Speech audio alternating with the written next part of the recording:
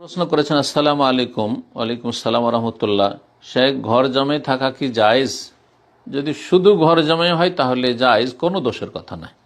আমাদের বাঙালি সমাজে কিছু কিছু কাজ আয় বা দোষণীয়, কিন্তু ইসলামের দৃষ্টিতে সেগুলো দোষণীয় নয়। তার মধ্যে একটি হচ্ছে ঘর জামাই থাকা।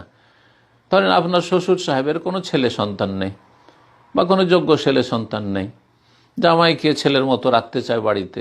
একটি মেয়ে আছে বা একাধিক মেয়ে আছে, একটা জামাইকে বাড়িতে রাখতে চায় যে ঘরে দেখাশোনা করবে, সংসারে দেখাশোনা করবে, বা যেসব ধন সম্পদ রয়েছে সেগুলো দেখাশোনা করবে, আমার বাড়িতে আমার ছেলের মতো থাকবে। জায়েজ আছে, কিন্তু সেখানে বেশ কিছু নাজায়েজের দিক রয়েছে, সেগুলি যেন সেখানে না থাকে।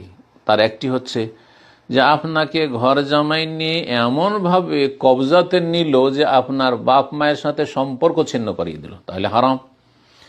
আপনার বাপ মাকে ভুলে গেলেন, তাহলে হারাম ঘরে জামাই হইতে গিয়ে। আপনার বাপ মাকে আপনি বৃদ্ধ হয়ে গেছে, তাদের দেখাশোনা করছেন না, তাদের আপনি ভরণ পোষণের খোঁজ খবর রাখছেন না, অথচ তারা অভাবী, তাদের সাথে সদ্ব্যবহার করছেন না, না, তাহলে হারাম। জি, বাপ মায়ের সাথে সম্পর্ক থাক, এটা চাই না আপনার শ্বশুর শাশুড়ি, তাহলে এইরকম ঘর জামাই হয় জায়েজ নয়।